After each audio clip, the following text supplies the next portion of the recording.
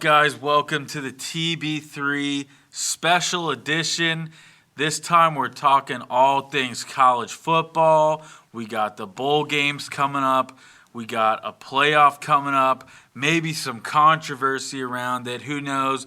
We got your USF Bulls. They are bowling, as we like to say here. And they're going to score 300. And they could score 300. Big matchup that we'll give you all the inside scoop about. Here with Joel and Colby. My name is Will. We're so happy. Talk about probably everybody's favorite subject, I think, at the moment. College football. It's like extra credit for the show. It's like your PE class at school. We love talking pro sports. We love talking the Rays. We love talking the Lightning. We love talking the Bucks. However, they just seem to always, bring us down some way. But it's been rough. But we always have college football at the end of the show to look forward to, and this is a full college football show. So if you guys are like, wow, this guy sound happy, it's because we have the whole show to look forward to. It's the shortest sports season of the year. Like, there's just something makes me happy. Oh, I mean, I'm transparent with you guys. College football is my favorite sport. It's always been my favorite sport. There's something special about it. Just the passion from the fan bases, the electricity of the players, both sides of the football, the traditions, the bands, the everything. It's amazing, man. It's the best sport in the world, in my opinion. Yeah, it is the best sport in the world. I have to say it. I think probably the best part about it for me is that you got a Saturday to yourself. Maybe the wife's busy. Maybe you don't have kids, or they're all off with friends, and you got the Saturday to yourself. All the work's done in the yard, and then you got 100 different games to choose from. Literally, pick your poison. It doesn't matter. There's about 50 games on every single channel. You pull up YouTube TV, shout out YouTube TV. You get 4 games at once. You add another TV. It's glorious. Quick math, that's 8 games at once. And it's nonstop. It's like that all day. It's not just in a single slate. I know there's Red Zone. That's pretty sweet in the NFL. But just being able to watch multiple college games at once, I don't think anything compares. I really don't. It's 12 o'clock to midnight. Like, it's awesome. Just all day. Don't talk to me about midnight. I'm still not over that. Those 10 o'clock games, I love them. Big 10 after dark next year, or Big 12 after dark. Honestly, Big 12 after dark might hit. It might hit, but it won't hit like Pac-12 after dark. But speaking of we had the last Pac-12 championship. We had the last SEC on CBS game. And we also have the last 4-team playoff ever. Next year, if you don't know, the playoff will be expanding to 12 teams. The first 4 teams will get a bye, and then the next 8 teams will play in the first round. On-campus games, by the way, those are going to be electric. 12-team playoff next year, but we're stuck with 4 this year. And let me tell you what, this was probably one of the worst years to have a 4-team playoff. It was probably one of the most widespread talent years in college football in recent memory, in my opinion. I feel like even now it's wide open. A bunch of different teams can win. And I feel like at least 6 to 8 teams honestly deserved a playoff spot. 6 for sure, in my opinion, even as a person who hates like half of the teams up there. But definitely 5 and 6. Yeah, definitely hate 5 and 6. I hate 4 too. And 1. But okay, that's not a part of the problem. And kind of 3, but I have a soft spot for them. But yes, we didn't have that this year. We had a 4-team playoff, and if you do not know, this is coming out a week after in the Rose Bowl. Which one's? Yeah, it's the Rose Bowl. Which one was the Rose Bowl? Sorry guys. It's 1 and 4. 1 and 4 is the Rose Bowl. Okay, in the Rose Bowl, you have your number 1 overall Michigan Wolverines facing off against the number 4 overall Alabama Crimson Tide. And then in the Sugar Bowl, you have the number 2 overall Washington Huskies facing off against the number 3 overall Texas Longhorns. So that's your top 4 teams. And if you guys are waiting for it. You guys are waiting for us to talk about number 5. So I'm going to give the floor I'll give it to Joel first before we let the horse of Will loose on the track. But Joel, how do you feel about the Seminoles getting left out in this playoff? All right, who enjoys a conspiracy theory? Because I sure do. The Florida State Seminoles at the beginning of the season really wanted to break out of the ACC, and they were getting lawyers. They were doing everything they could because the ACC is limiting from the money that they can make. They're a big brand. They could do amazing things, but right now they're essentially stuck in the non-Power 5 division that is the ACC. So they're close. They're as close as they've ever been to being able to get out of this contract. They're in a TV contract right now that is prohibiting them from getting out of the ACC. So teams like them and Clemson, like they are much better than the ACC can offer them. So because of that, ESPN said, well, you know what? You're not breaking out of your deal because we don't want that for you. You're stuck where you are, and you're going to keep making money for who you said you'd make money for. And now they are stuck being the number not playoff spot. All right, I guess That's my conspiracy theory. that's a good one. We'll go from conspiracy to heartbreak right here. Hey, I'm heartbroken, Sure. I know. but it's a conspiracy. This is America right here. Conspiracy theories. Yeah, man. As you guys know, if you're listeners of the show, I bleed green and gold. I'm a USF fan, of course. But I'm also a die-hard Seminoles fan. Been that my whole life. Always love the Seminoles. And I don't know, I could say a lot of stuff, and I'll probably start rambling here in a second. I'll probably get fired up. I'm not going to drop any profanity. It's a family-friendly show. But I think Booger McFarland said it the best. It's a travesty to the sport. It's a travesty to college football, and I think it sets a precedence for every team that's not in the SEC or Big Ten. And I think there's going to be repercussions from this, and I think it'll affect a lot of teams and might even be teams like USF, and I'll get to that in a little bit. But I just think there were a lot of arguments made on why Florida State shouldn't have been in, and this and that. And I could go list by list and refute them all. I mean, I think the number one thing was Jordan Travis being injured, and that was a huge blow to the Seminoles, of course. I mean, talk about someone who was a true leader that the team rallied around and that he could make just special plays. And I was heartbroken when it happened, and I didn't expect the season to get to this point at all. I really didn't. I thought just the circumstances and how that affects teams emotionally and mentally, being on football teams myself, I didn't think they would win the last two games. I really didn't, because that's usually just how college football goes. But in regards to the playoff, leaving them out because of injury, you can't really make an argument for that because in 2014 they put Ohio State in. And the counter argument to that is, well, they put up 59 points against Wisconsin in the Big Ten championship. And it's like, well, yeah, they had to. They had to because they already had a loss. Florida State didn't have a loss. Florida State was sold on a promise that you could go undefeated, just win out your games, just win your conference. No Power 5 conference undefeated champion has ever been left out. Never. Just win your games, Florida State. Just win your games. It's a promise they were sold on. I think another example, too, is, would you bet your house on Florida State over Alabama? And I think that's an impossible question to answer because, number one, I think if you look at Alabama's schedule, you look at the teams they played, you look at USF, our USF Bulls, where I was in attendance. I sat there in the stands.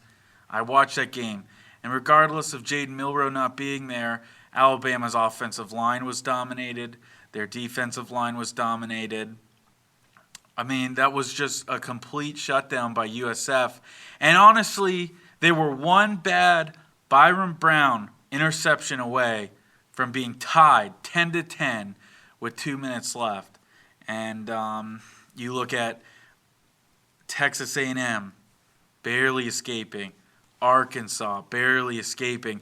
And then you get to 2 weeks ago where it took a 4th and 31 prayer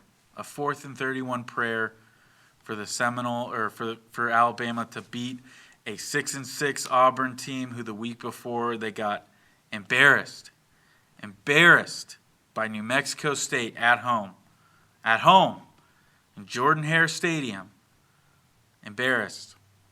And I think with Florida State, would I bet money on it? I'd say yes, I would.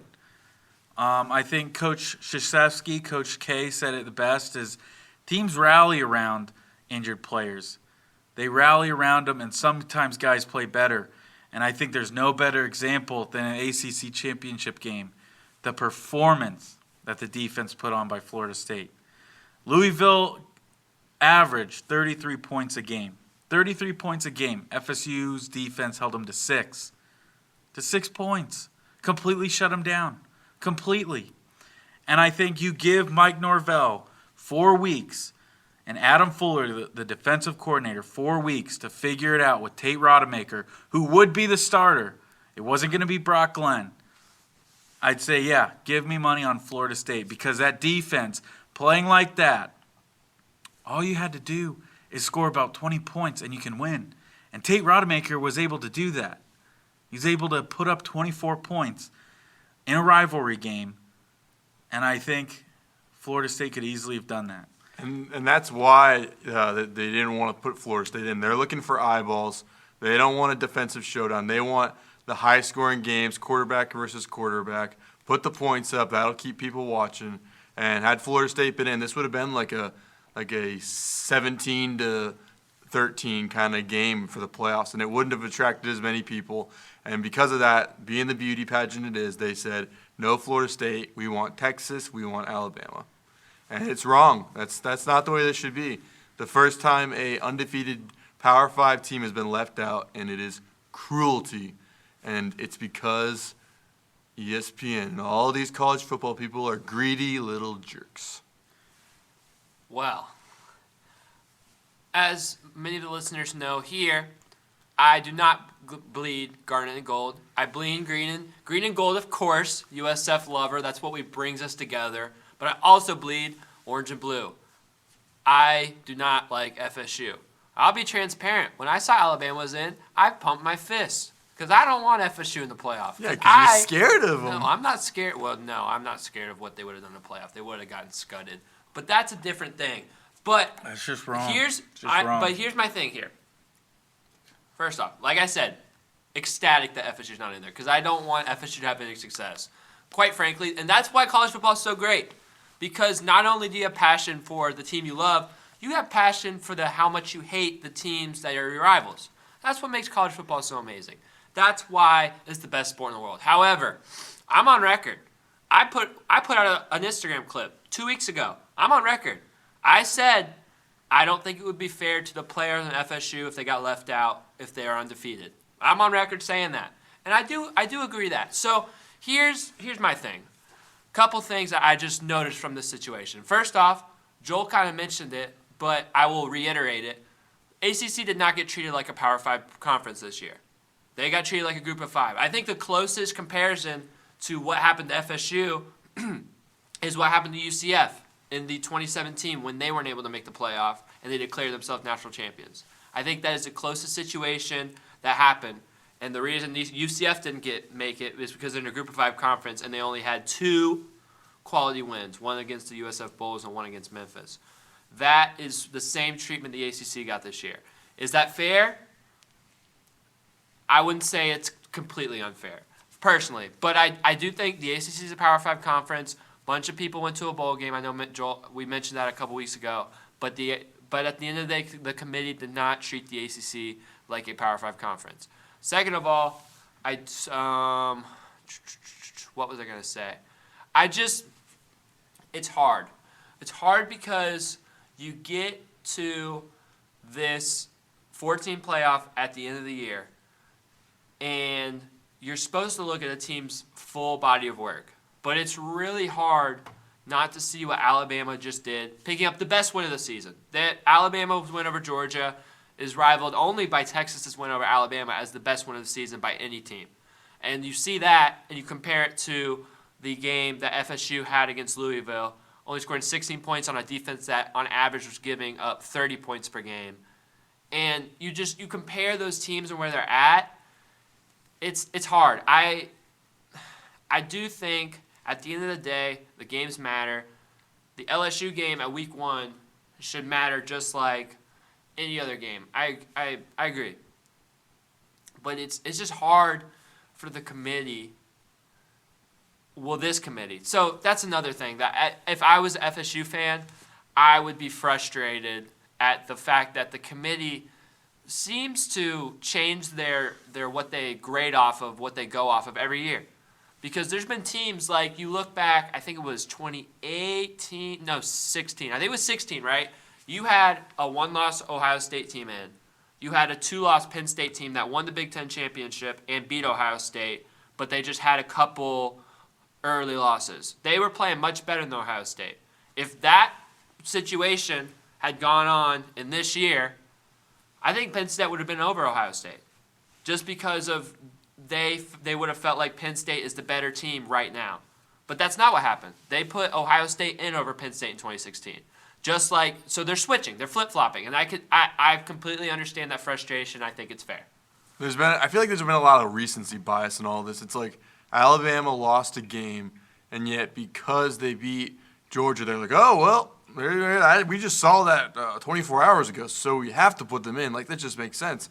But then in another way, there's not the recency bias because you see, I feel like a lot of the reason that Texas is in is because they beat Alabama early on, basically in the preseason of the college football season. So, and like it is, in some ways I see recency bias, and then in other ways it's like, well, how can you justify this? So, it's just a sad season of FSU football. Well, this has been fundamentally the problem with college football forever. And this is what gets me so fired up. It's because you go down to the smallest level, D3 football. They have a big playoff,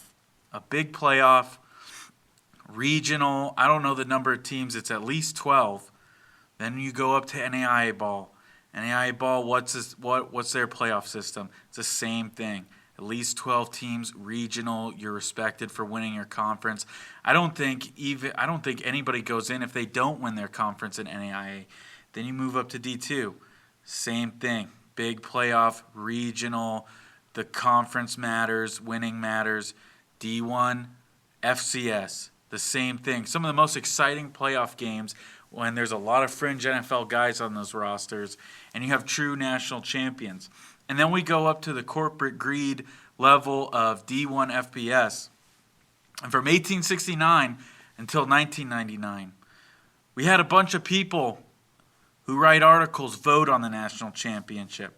Didn't even have a specific national championship game. You just had writers across the country vote on the number one team. And you can go back and look at it. You can look at NCAA.com and the national championship winners. I mean, some of these guys are 7-5, 8-4, and claimed national championships that year. They just claimed them.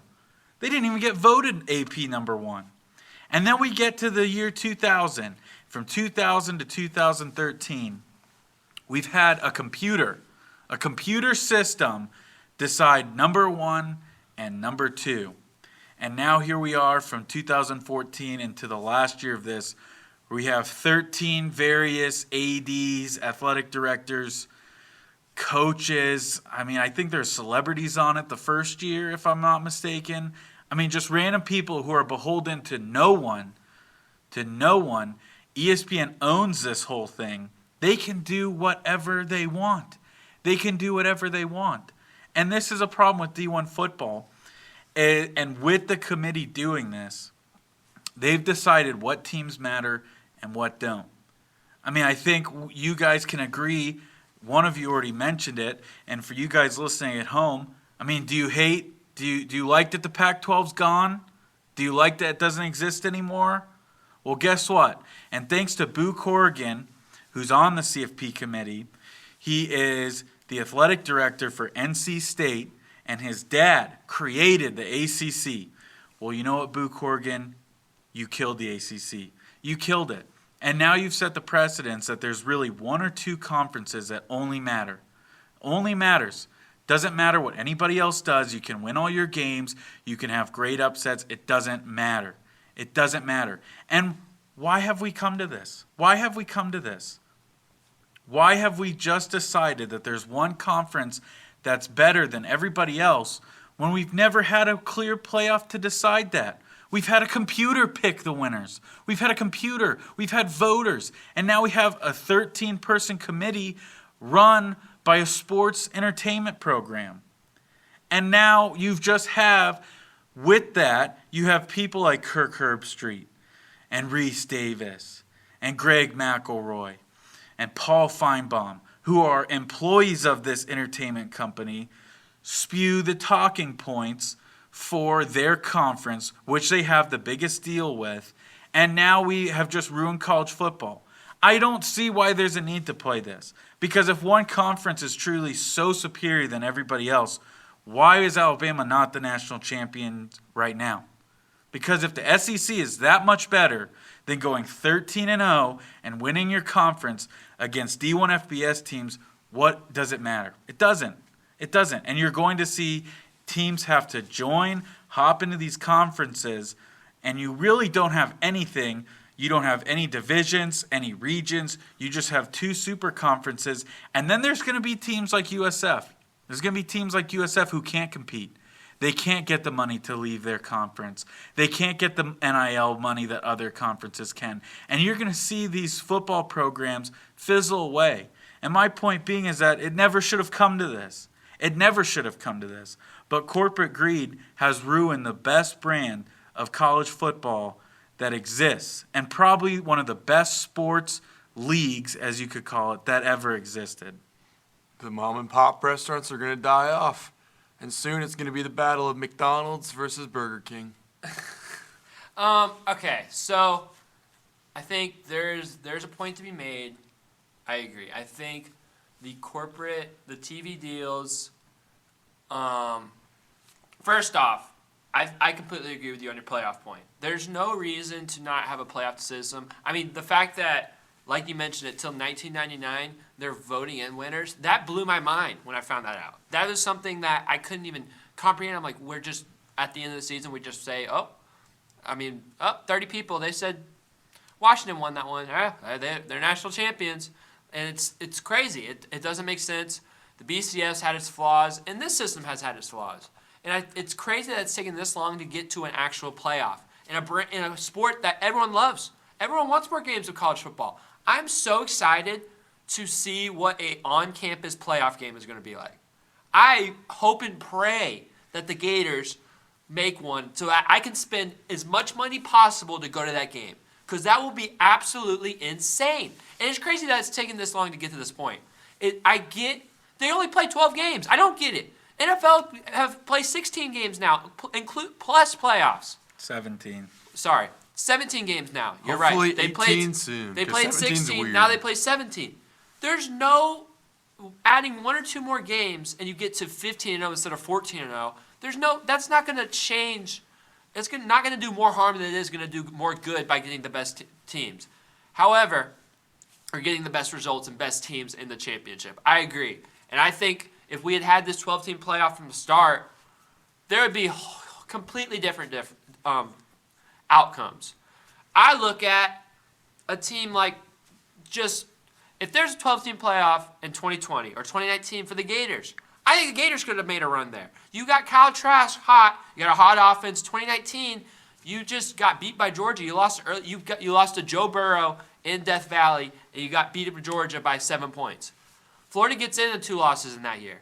They can make a run. They were a good team. 2019, in my opinion, is the best Florida team in the recent memory. Then you got 2020. That offense could have got hot. So I understand the frustration. I think it should have been 12 teams since 2013. It should have been 12 teams since the dawn of the 60s. It doesn't make sense. However, I do think it's a little bit unfair.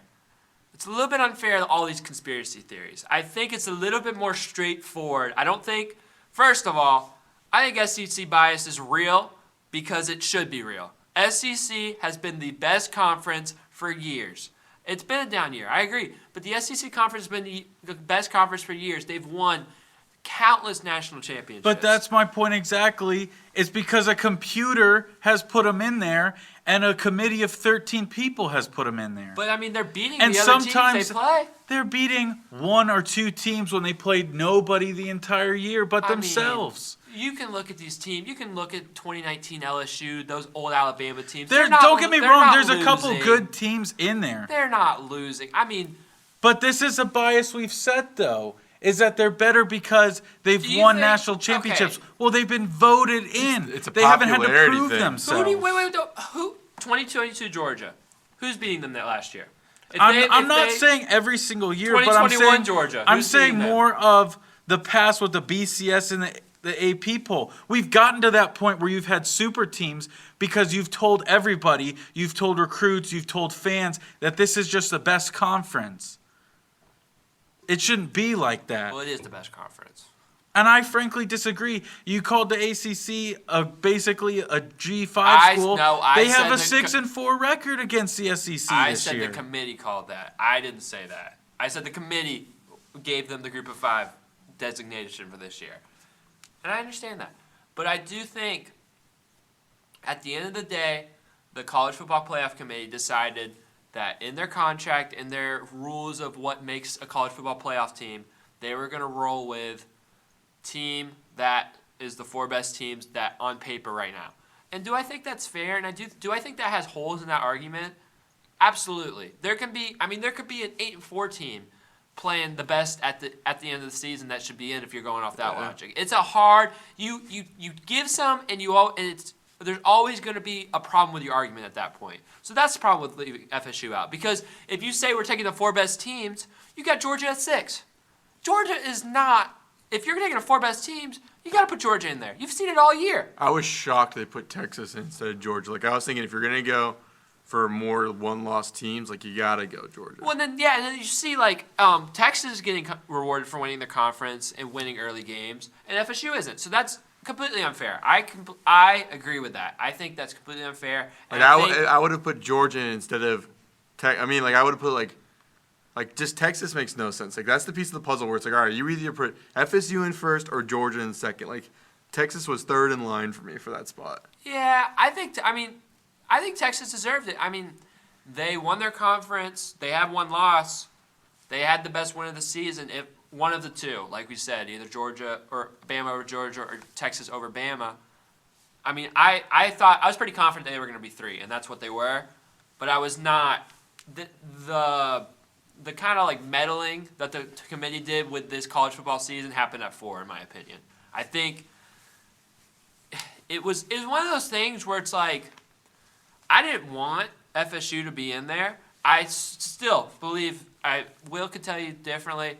I think Michigan would have beat FSU by at least 2 touchdowns, and I don't think it would have been a game really at all. I think. I mean, Michigan, that's insane to say. Okay, That's insane. But I'm saying, you just can't do that. You can't go off that thing. They got 13-0. They got they did it, and it's like maybe you're gonna have a bad playoff game. Who cares, man? That is literally they deserve that spot. They earned that spot. And you can't meddle because you think the game's going to be bad. That's unfair. Also, another thing I want to address that a lot of people have been mentioning is the TCU argument. The fact that the committee didn't want to have a TCU moment again in the championship game, which I think is completely bogus. Because do you know why TCU was in the championship game? You know why? You know what they had to do to get in the championship game? They had to win a college football game. The playoff game. They had to win a college football playoff game. So the fact that TCU gets ragged on as the worst playoff team ever, blah, blah, blah. They won a game. They beat Michigan on a neutral site. And who knows? Michigan might have been cheating. They beat Michigan. So it's insane to say, TCU got in barely, and they put on a terrible performance in the playoff, and that's what it is. They won a game. So to punish FSU for TCU losing in the championship game against a great team when TCU had a bad game, great team, great game, great team, bad game, it just went south. That's what happened. But, I mean, I think that's a bogus argument in my opinion. Well, it's bogus not just because of TCU. For 10 years, we've seen at least one, and if not one, two out of the 3 playoff games be total crap. Total crap. Basically, and that's every any single game year. Ohio State's in. That's just about every single year. We've seen crap after crap. Oklahoma. And you can't tell Oklahoma kept making the playoff, and they had Oklahoma, terrible Michigan games. State, Washington, Yep. just pure crap. Cincinnati even, but that wasn't a terrible game. And you Yeah. can't tell me that after one team loses last year that they decided this was a year we're going to get it right. And it's bogus to say that Florida State would get housed by anybody in there. They haven't given up over more than 24 points to anybody this entire year. And to think that these teams in there could beat them is ridiculous, to embarrass them. Maybe they lose a game, but it's not going to be a blowout. I mean, that's ridiculous. That's absolutely ridiculous. And again, this is a precedent we've set, is that other football does not compare to certain football in one conference. FSU won 13 games. It doesn't matter who is on the field. They beat 13 teams. And you look at everybody else's records in the top 4. Again, it's not impressive. We've already talked about Alabama. Let's look at Michigan. This is the same team from last year and the year before. I don't know why the Big Ten gets so much credit with the College Football Play Committee. It's the Ohio State-Michigan But rivalry. here's It's the like thing. you gotta put one of them Those in. teams consistently get beat. I mean, Ohio State won in 2014, but they beat. 10 years ago. 10 years ago, and it's like And nobody's won since. And they caught fire. It's crazy. It is crazy. I agree with you. The Big Ten is probably the most overrated thing in college football. Every year, you got 3 teams. You have meddling mid teams all over the place. Your Big Ten teams don't really win games outside of their conference, and it doesn't make sense. I don't know why they get so much credit. For all intents and purposes, you guys can correct me if I'm wrong. Pac-12 and SEC are the battle for the best conference this year, not the Big Ten. The Big Ten is 3 at best. I would agree. Do you agree with that? Vaguely. I'd say there's 2 teams in the SEC. The rest of them are mediocre to terrible. I don't know. Missouri's pretty good. Ole Miss is good. LSU's Ole Miss is not good. Ole Miss is good. Ole Miss is not good. Ole Miss is a good Who has Ole team. Miss beat Ole this year? Miss Who'd would- they beat this year? Ole Miss would probably go 13-0 in the ACC. No, they wouldn't. If they They're got the right not schedule. good. They're not good. No, but they probably would. They beat Tulane on the road. They beat who's they beat Tulane? LA. I know who Tulane is. I'm just They saying. beat Los Angeles. They beat LSU. They With beat a team with the worst defense in all of college football. Hey man, Congrats. Win the best quarterback Heisman Trophy winner. I'm just saying, I think you're being a little bit harsh on the SEC. Yeah, and they still gave up 50 points in that game. Well, they won. Yeah, that's ridiculous. Both those teams suck. Neither of them are good. So maybe you can I agree with Missouri, you can make a case. Outside of that, the SEC is garbage. Complete garbage. No. It's Complete the garbage. offensive star power of the But SEC this is that a they love. bias. This is the bias I'm talking about. Let's These play a teams are game. pure garbage. Let's play a game. And Let's we play want a to game. talk about how the whole conference is better, and we've just discredited a 13-0 team. No. All right, let's play a game. If we were, who do you think is the third best team in the ACC? Florida Third? State, Louisville, Well, Clemson. Florida State's clearly the best. Florida State, Clemson, Louisville. I'd say Clemson. Well, you got to argue about NC State, too. NC State was pretty decent.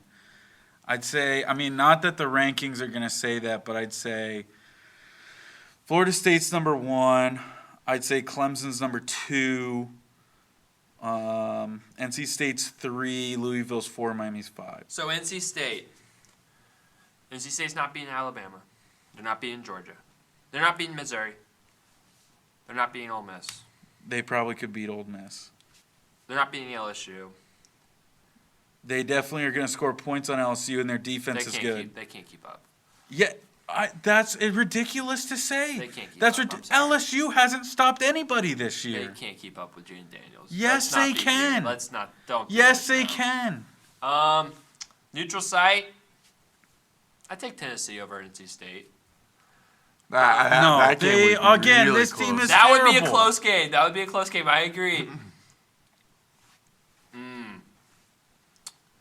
I'll take NC State over Kentucky. I'll take NC State over the Gators. Gators are trash. A&M? Terrible. Neutral site. It'd be a close game. Oh, can you believe this? Miami blew the piss out of them. With Jimbo Fisher still at the reins. True. And All you're right. going to tell me that Texas NC A&M. State is going to be close? Texas- This is what I'm talking about. This is just a ridiculous hypothetical.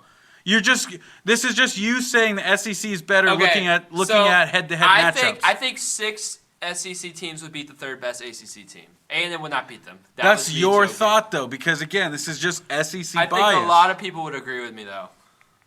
In a popularity contest, yeah, but I want to see it on the field. On the field, Again, the SEC we can would think anybody could beat anybody. But that's why you play the games. And that's why, again, the ACC was 6-4 against the SEC. And the SEC against all Power 5 conferences this year, non-conference games, were 6-9. That's the greatest conference ever for you right there. Let me take a look at these SEC games. You guys talk. I'm just gonna go back and look at these out of conference. You're saying SEC was 6-9 versus other Power 5 Power teams? 5 non-conference. Okay, let me look. 6 and Let me 9. take a look. You guys talk. It's just an injury is essentially what they're going to tell you is the reason that FSU was left out, and that is just not fair to any of the other players involved. That's the biggest just shameful takeaway of all this is that you're punishing the guy for having potentially a career-ending injury. It's like just put that on top of all the other pains that he's having in his mentality right now, and it's just that's just cruel. I get you're looking for more money. But you have tainted your brand. You've destroyed these guys' motivation and all those kind of words you could use for that. And it's just oh my goodness. It is not a good look. And they're dancing their way to the bank right now because they are so happy that people like us are having this conversation because now they can say, hey, well, we're coming in next year with a 12-team playoff starting. Season starts August 1st, so we hope you tune in. And it's working, and it makes me disgusted. Yeah, well, it's not. That's the thing. You bring up a great point. It's not conspiracy. It's actual fact. It is true that the ESPN, if they did not have an SEC team in, would lose around $150 million if they did not have an SEC team in the playoff. And that's not a conspiracy. That's an actual fact. You can look it up. I'm not just spewing nonsense here. I got my facts straight. I've been pissed off for about 5 days now, and I've listened and read just about everything under the sun about this. And I think that's what makes me so mad too is the flaunting of the 12-team playoff because we're going to get to the same thing. You've set the precedence now that going 13-0 and being a Conference 5 champion doesn't matter. Well, then you go, okay, well, don't worry though, because if Florida State's in next year, they'd be in. It's all solved. Problem solved. There you go. But you've set the fact now you have to win. You have to win. You have to win your conference. And we're going to get to the same argument next year about 10, 11, 12. Maybe Florida State, most likely Florida State won't have as good of a season as they did this year. They're losing a lot of guys to the NFL. You're not going to see Johnny Wilson. You're not going to see Keon Coleman, Jaheim Bell, Jordan Travis, Trey Benson, all gone. Couple of O-line pieces, all gone. Then you go to defense. Fabian Lovett, Braden Fisk, Jared Verse, all gone. Kalen DeLoach, gone. Tatum Bethune, gone. Oh, man. Akeem Dent, gone. gosh. Ventrell Cypress, gone. I mean, that's your whole team. This was a lot of guys who have bought into a program or transferred in because of one goal and to win a championship. So my point being, Florida State's probably not going to be the best team this year or next year. And even though there's no divisions anymore, I mean, you could go 10-2 and not make the ACC championship. I mean, that's really the same thing for any of the Power 5 conferences.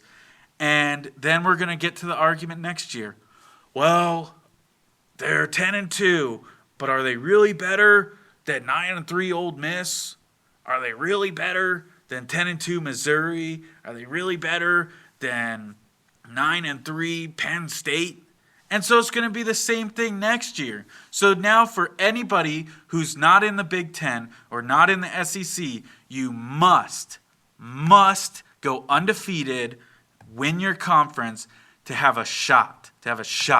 Because I guarantee you, we're going to go down the end of the list next year, and there's going to be an argument, and team after team who have 10-2 seasons, 11-1, they don't have the SEC or Big Ten on their chest, they're not getting in. And you'll hear every excuse why some mediocre SEC team or Big Ten team deserves to be in over somebody else. And that's a sad fact that we're living in.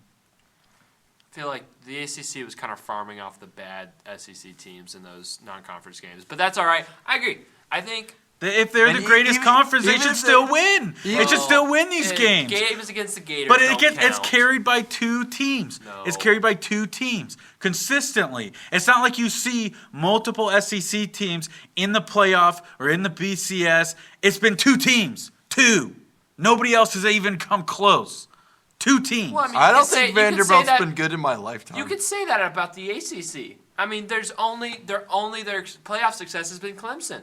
Yeah, it's the same for all teams. You're exactly right. It's the same for all teams. Most conferences are carried by two or three teams. But there's one conference that's just considered better than everybody else, and this is a fundamental problem. I mean, no. SEC's at Bama, Georgia, LSU are all in the last 4 years. I mean, that's 1 year for LSU. I mean, but still, that's just like if FSU had gotten this 1 year. I mean, it's just like. But this is my point. We're still we just went over who NC State would lose to in the SEC. This is my point exactly. They would lose to like 6 of them. I don't know. I just think even with all of it, if you're a no-loss team, you still might get kicked out by somebody in the SEC. Like even with no losses, they might be like, oh well, this one-loss SEC team. Well, it's gonna happen to the Power Five. Well, it's gonna kill the Power Five. Yeah, I liked the 12-team playoff a lot more when it was Power 5, one team from the group of 5, but now that's all jumbled. Oh, so that's not going to happen? Well, I mean, there's not. Well, the Pac-12's gone. There's only Power 4 right now. Oh. So I hopefully what would be awesome is if they put 2 group of 5 teams in instead. But if you, that's just an extra spot for the committee to kind of meddle and have their opinions and have their like flawed logic, because there's always going to be, there's always going to be someone mad in the college football playoff scenario. There really is. Just like Will said, the team left out is going to be angry, and they're going to have things to support their argument. But this one does feel like the most controversial one ever on the last year. And I do think another thing to kind of take a note is it is the last year of the 14 playoff. I think they were paranoid about having blowout playoff games. They were definitely over paranoid about that, and they did what they thought would be the closest and most riveting and best marketing, biggest game, best storylines, all that stuff, because they were paranoid about having a bad 14 playoff. I think that's just like what Will said about the money with the SEC thing. That's facts. That's definitely something that went through their heads, and it's you're human. And I think it's crazy that athletic directors are picking these teams. By the way. I mean, these guys are, hiring coaches. They're not breaking down the numbers, watching team, not watching film. It's not a Never group full played of a coaches. snap of Yes. ball. And especially I'm pretty sure the chairman this year was Oregon's athletic director. And that was like Oregon was getting a lot of preferential treatment before they lost to Washington for the second time. And it's like, it's weird, man. And then you have, it's just, I don't know why we would make athletic directors in that room. Honestly, I'd feel more comfortable with writers than athletic directors, but that's just me. But yeah, I mean, at this point, it's just, all the writers had Florida State in the AP top 4. Yeah. Same with the coaches poll. Florida State was 4. Yeah. And in all of this, I was thinking, like, ESPN is kind of in the hole right now. Like, Disney's probably about to sell them off to somebody else. So, I mean, they're probably seeing this as an opportunity to look more valuable to the person buying. Like, this is just off the top of my head. So that's just another interesting layer to throw into all this. There's a whole lot of things. Like, going they've on. laid off so many people over the last year. Yeah, that is true. David Pollock, rest in So, peace. I mean, it's... Jeff Van Gundy. maybe it's not a conspiracy theory, but it's fishy. I hope it's Desmond Howard. Smells fishy. Desmond Howard should have been gone over David Pollock, in my humble opinion. Desmond Howard's crazy, weird. Well, at least Desmond, what's his name? I just forgot. Desmond Howard. Yeah, at least he has least he has the guts. At least he has the guts to say the truth and to call out the committee, because none of them did. And that's another thing, man. You heard Greg McElroy. You heard Kirk Herbstreit. I mean, the quotes are there. The tweets are there. They said just went out. If FSU wins out, they deserve it. And then immediately, like a flip of a switch, it was just anti-FSU. Anti-FSU, giving you all the reasons why they don't deserve it. And why is that? Why are all the talking heads all in agreement? In my opinion, I think it's hard as a college football fan not to be happy that FSU's out. Not because they hate FSU, they hate the brand they have, but I know Will thinks they wouldn't get blown out. The defense is good, but I do think it's hard not to see FSU out and Alabama in and see a Michigan-Alabama Rose Bowl and not get excited and happy about that. In my opinion, I think you're going to see Michigan get housed because they're the same team like they are every year. They suck. They're overrated. Well, we'll have to see that. Well, they're number one. The Big Ten gets all that credit. Be mad at the Big Ten, not the SEC, man. The Big Ten's the fraud, not the SEC. I mean, that's a whole another rabbit trail. Like, I don't even know if we got time for that. But no, I think we should move on to the green and gold, unless you got anything else. Well, FSU, December or January 1st, I don't even care. They play the Georgia Bulldogs in the Orange Bowl. Preview this right now? And we're already talking about Florida State. Play the Georgia Bulldogs in the Orange Bowl. That's 4 p.m. on Saturday. It's basically like a spring. What do they call that? The spring ball. Spring training matchup. Yeah. Because basically, I mean, Georgia and Florida State already lead. They're the top dogs in there. Florida State's like 5 or 6. Georgia's like 7 of transfers already. Florida State's seen some guys declare for the draft. I assume Georgia will have the same. So you're not going to see relatively close to either of the same caliber teams you saw. It's really just a learning game. It's really a learning game. And I'm sorry, if you're listening, shame on you. Shame on you if you think that anything's going to come out of this game. This isn't Florida State's chance to prove anything. This isn't Georgia's chance to prove the committee got it right. I mean, this is not even going to be close to the caliber that either of these teams can play at. I'm not just talking about FSU. I'm talking about Georgia as well. They sure as heck deserve to be in there. They were number 1 all year, except for like 1 week when the ESPN, the college football committee, picked Ohio State 1. I mean, they're number 1 all year. I don't see why they didn't deserve it either. So you're not really going to get a good game. The wins or loss does not matter, does not mean anything. It doesn't prove jack diddly squat. So if you like the Noles, support them. You know I'll be supporting them. I'll be watching the game. I'll be rooting for them. Anything specific quarterback play you're looking? Well, maybe you'll see Tate. You'll see Tate Rodemaker. You think they'll try to flip-flop quarterback, see who's Glenn, or just give Tate the game? Give Tate the game because you got to see what he has, or else you really need to go to the portal. And this was just a bigger thing too, because I think you would have seen, had he not got a viciously dirty hit, disgusting hit in the Florida game. I promise you, the Gator player was not being dirty. He's just that stupid. Both of them should have been tossed. That's textbook targeting. Had he not have gotten that, number one, the game would not have been close in the ACC championship game. Not even close, okay? And it really wasn't just based on how Florida State's defense was that dominant. And unfortunately for them, they will not get remembered for how good their defense was this year. But anyways, Tate Rodemaker, he needs more time to see if we have something in him. He's been loyal to the program. He deserves a shot. It doesn't mean a whole lot for him starting, but he deserves a shot to prove it. Okay, so, yeah, you'll see Tate. You might see Brock Glenn. Probably not. Probably not. And you for sure, so far, you won't see Johnny Wilson. He's already declared for the draft. He's not playing in the bowl game. And you'll probably see more to come. It's big recruiting time right now, so these guys aren't going to say anything. They're still on campus. They're trying to help this coaching staff get their guys. I mean, you see Jared Verse today. Filming this December 8th. He's with LJ McCray. It's a big time recruit. He was at Florida State today, so hopefully just decommitted from Florida like last week. No, he's still committed. He's still committed. He hasn't flipped yet. But LJ. He hasn't flipped yet, but yet. you got Jared Verse there, so. Happening. Oh my gosh! Don't talk about flips, man. It's been a brutal week to be a Gator fan. Not as brutal as FSU, but pretty close. I think.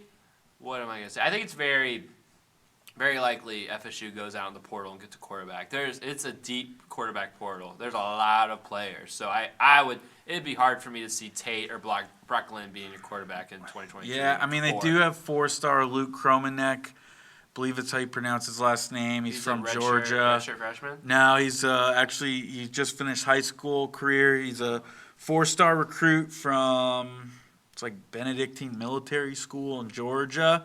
So he could be the guy. He's a true freshman, though, so you never know. I'm going to say this on record. I really don't want DJ Uiagalelei. I don't. And I hope he proves me wrong. I would kill for Cam Ward. And if you can't get Cam Ward, I'd say Riley Leonard, man. Yeah. Riley Leonard. Because I just think with a mobile quarterback in Florida State's offense, you can really see how dangerous it is. Jordan Travis proved that. And I think, DJ can run, but it's nothing like Riley Leonard, or Cam Ward. So that's really it. That's the last thing I'll say. Prove me wrong, DJ. If you come to Florida State, I'll root for you, but I don't know about that. I think he'll go to like a Big 12 team. I don't think he wants a big brand. He succeeded so much better. I think he would have stayed at Oregon State if they were in a conference.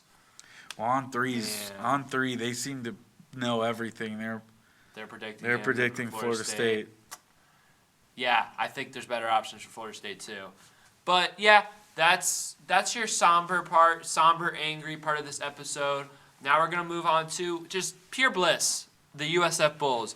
It is bowling season for the Bulls. They're trying to bowl 300, a perfect game, and they're headed to the Boca Raton Bowl on December 21st at 8 p.m. They will be facing off against the Syracuse Orange, an ACC opponent.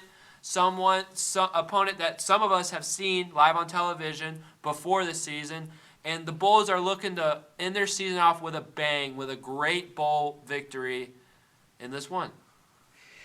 Yeah, this is huge. I'm just so stoked for USF. I'll say it again. What Alex Golesh has done this year is nothing short of just amazing and outstanding.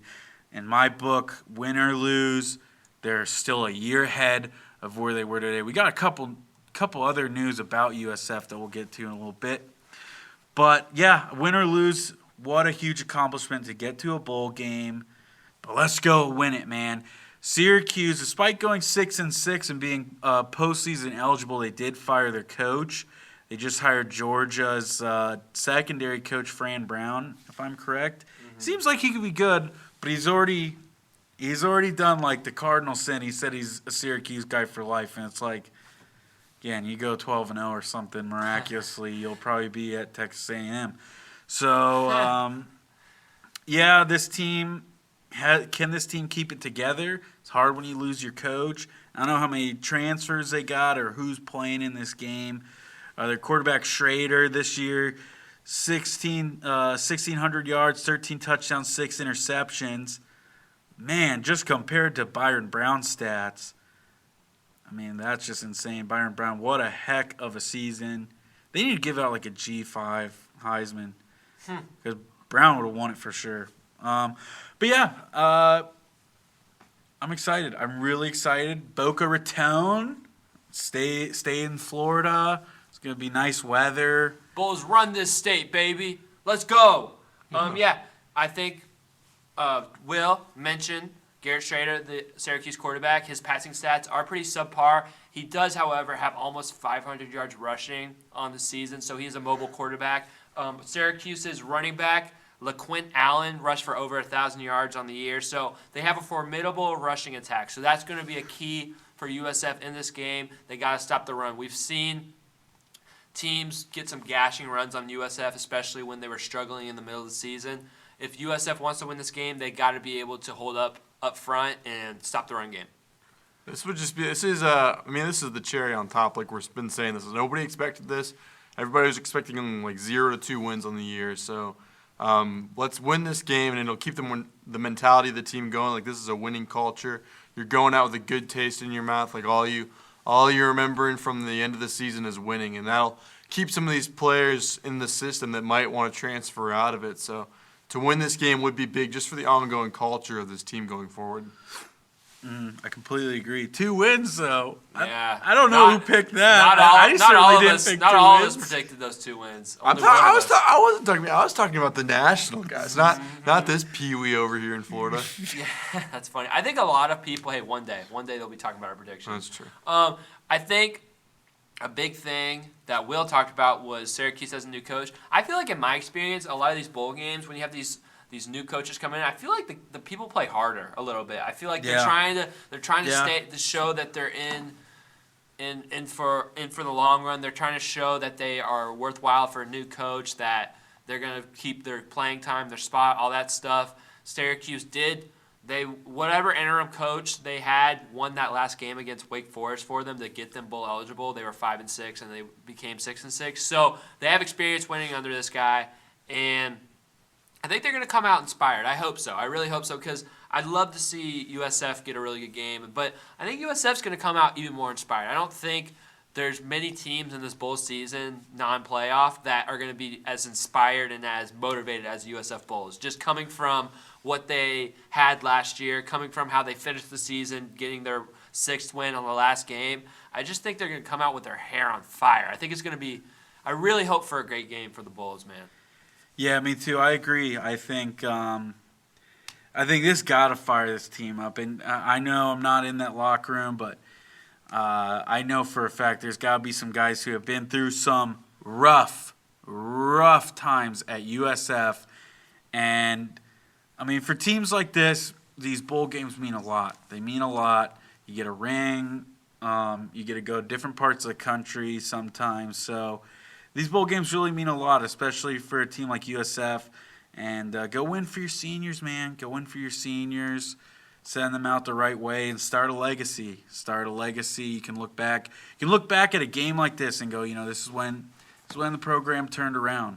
This is when it turned around. We beat a Power 5 school, and we're back in business, baby. So it's the end cap to a great season if you can pull it out. And hopefully the USF fans really show out for this. It's only about a 4-hour drive from the Tampa area, so we'll see. We'll see if we got a good turnout down there at Boca Raton.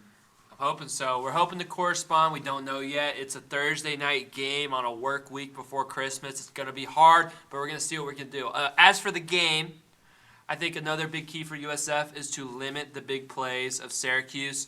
We've seen American teams, not as much Alabama, but we've seen teams, even Western Kentucky early, get big chunk yard plays, and that's what hurts the USF defense. I can't fault USF's defense. They always play hard, but sometimes they play a little stupid sometimes. They miss their gaps. It's a young team, they bust man. the coverage. Yes, it's a young team. And I think if USF can play a little bit more disciplined, limit the big plays, I think they have a good shot of stopping this game, because it's really a one-faceted attack, in my opinion, for Syracuse. Yeah, I think for me it's a coin flip. I think it just really depends on what kind of team USF comes out with. Can we see that vaunted defense like we've seen a couple times this year, or is it going to be a shootout? I'd say you want to avoid the shootout. Like you said, limit the big plays, make this more of a defensive game. And I say you really have a shot at beating Syracuse. Yeah, key for offense too. I think I'm looking at Chef Golesh. I want him to be cooking. I want to see a nice variety of pass and runs. I think when USF's offense gets bogged down, I think of the UTSA game. I think USF they're a little run happy. Sometimes they get in that hurry up offense and they get 2 1-yard runs in a row, and then just like that you're at 3rd and 8 and you couldn't be punting the ball unless you get a completion. I want to see early throwing on early downs. I want to see those big post routes for Sean Atkins. Let me get some Naeem Simmons, deep balls, all that good stuff. I want to see a nice mixture from Coach Golesh, because you got the guys, man. You really do got the guys. You got the quarterback. You got the weapons on the outside. You got Naquan Wright. I hope he's playing. It's his last game, I think, as a college athlete. So, yeah, you got the guys. Let's see a nice mixture, and let's move this ball because there's no reason not to. Yeah, keep the Syracuse offense off the field, control the game, come out strong in the first and second halves, and I think they have a good shot to 6-6 going up against 6-6. So we'll see. We'll see what they got, and I'd be willing to expect them to win. Group of 5 versus Group of 5, if you will, conference-wise. Oh, Will didn't like I'm not that even one. listening. I mean, I'm not even it's listening. true. According to the college football committee, not me. Once you said Sean Atkins, I kind of got butterflies in my stomach, you did. and I got Okay. distracted. Man, I want a huge game from him. Put the world on notice on national television. Put the GMs on notice with your route running Sean Atkins in your hands, all right? Serve up them Einstein bagels. Yeah. Sean Einstein Atkins. That's what I like. But yeah, other than that, I mean, we have the recipe for USF. We've seen them win 6 times this year. You got to play solid defense and let your offense get rolling. Don't have to play elite defense. Your offense is, you got a pretty elite offense. You got an elite coach play caller, which, by the way, I do want to say, I know I just said Tennessee would beat NC State, so I might be contradicting myself. But I do think, you look at Tennessee, obviously you don't have Hendon Hooker this year. You have Joe Milton. But their offensive production without Alex Golesh in this 2023 season has dropped tremendously. And I think not a lot of people are talking about how much Alex Golesh meant to that team. And it just makes me feel even more better, more welcome, more warm and soft and fuzzy inside that we got Alex Golesh in the Bay. Because he seems like he was a big part of that huge 2022 season for Tennessee. Yeah, he's a hot commodity, man. That's the scary part. This is the sad part about college football. He needs to hashtag stay in the Bay. Needs to hashtag stay in the Bay, man. Really hope they can give him a good deal. He can stay with us because I think the way it's going, some of the recruits he's bringing in, that's foreshadowing. This team could be really good, and some teams are going to be itching to get him in their program. So, hashtag stay in the Bay, Alex Golesh. Yeah, get USF in a big conference and make them a powerhouse. Wouldn't that be something? You got a stadium Perfect coming. area to.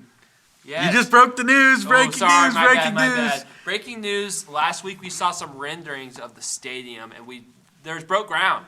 This is actually happening. As a Tampa sports fan, it's surreal to see a stadium proposed. You see the pictures, and it's actually happening. There's actually a stadium going to be built, and I think it's going to be built by 2026, they said, or 27. 27. Golesh. I think it got bumped up. Yeah, 2027. It Well, got bumped up. It got bumped back. I saw the video of Golesh said 26, but I saw a word said 27. It so I got don't bumped know. up at 1 year. Yeah, Okay. but you Due- know we're due going to to be. supply Well, shortages. it's 2024 almost right now. So Yeah, that's not 3 long. years. Yeah. Yeah. We'll be there. We will be will there. be there. I will guarantee you TB3 in 2027 will be Lord sitting willing. front row. Lord willing. I'm guaranteeing No, it. you don't know when Jesus is coming William back. Jr. He's Hey, coming maybe. too, man. He's coming too. Yeah, can't wait. If you haven't seen the pictures, I think just about like all the big Tampa news companies have posted the renderings. Go take a look. It is It looks sharp. sick. It is sharp. It is going to change the game for USF, and we are so excited.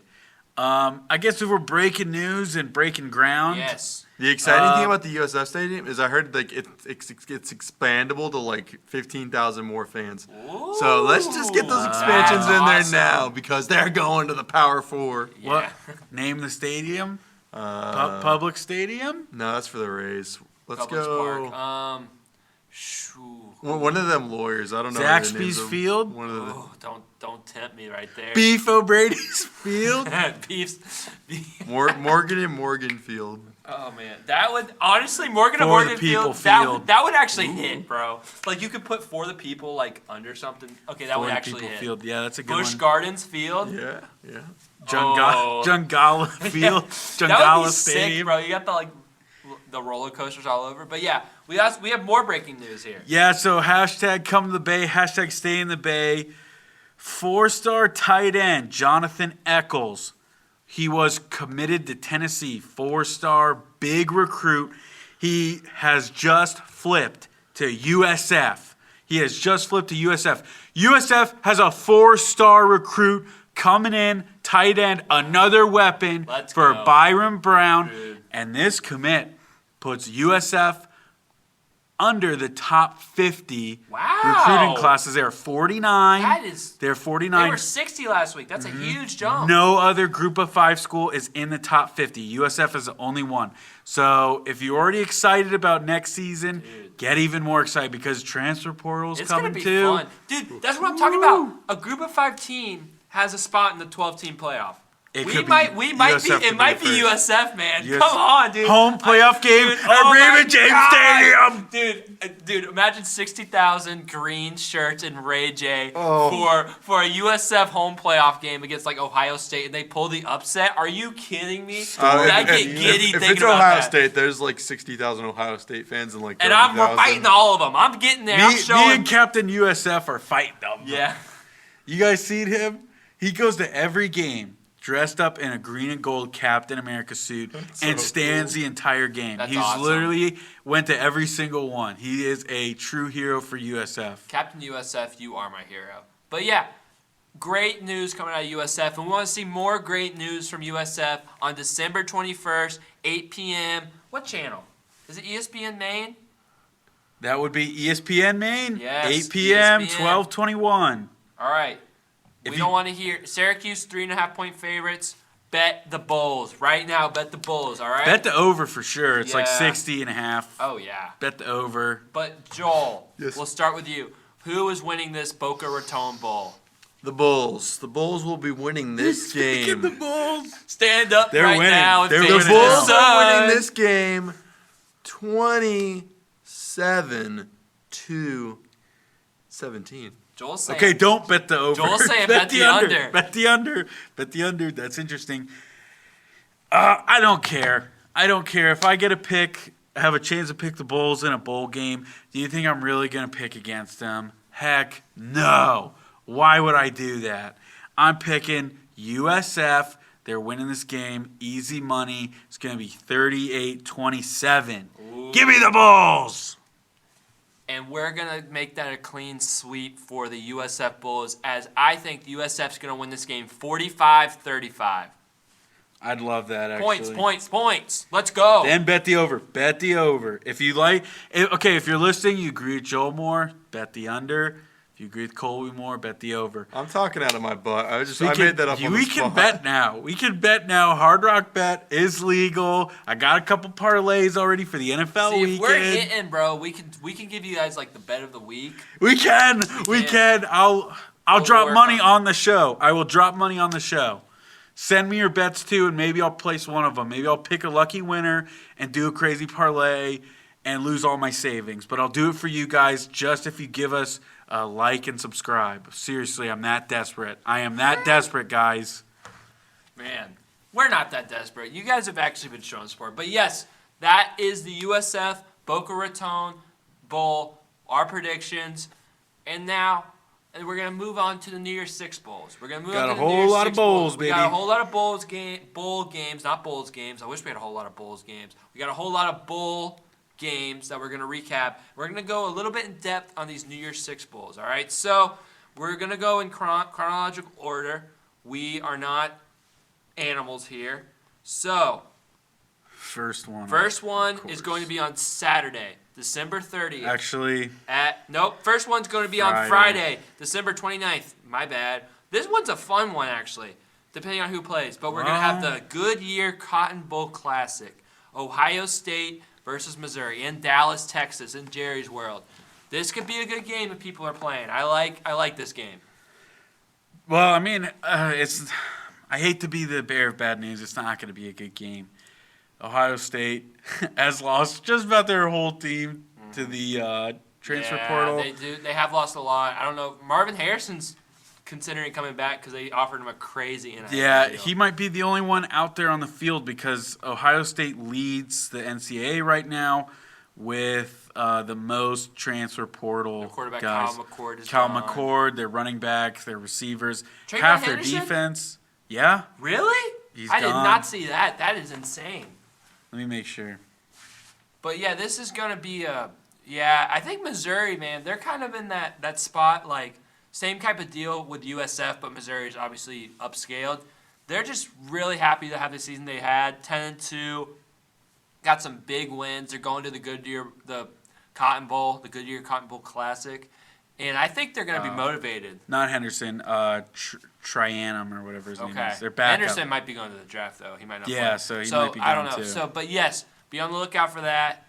And I think, I don't know, I would, it'd be hard for me to see Luther Burden play unless he's a freshman. Let me look for that, guys. But Also, if we predict these, we're not doing scores. no, Just a quickie. Yeah, just our teams, just the hometown teams are doing scores for us. So we're gonna predict them all, guys. Though don't get us wrong, we're predicting them all. it's Bull Mania. Are you keeping score on all of them? Luther Yeah. Burden is a Oh my sophomore, gosh. so he's going to be there. He's going to be playing. Yeah, this is going to be, give me the key is obviously Ohio State's defense, Missouri's offense are both the stronger points of their team. And obviously the keys are going to be those corners versus those receivers of Missouri. But I think Missouri's defense right now is going to be stronger than Ohio State's offense. So give me Missouri. Give me Missouri. And those transfers.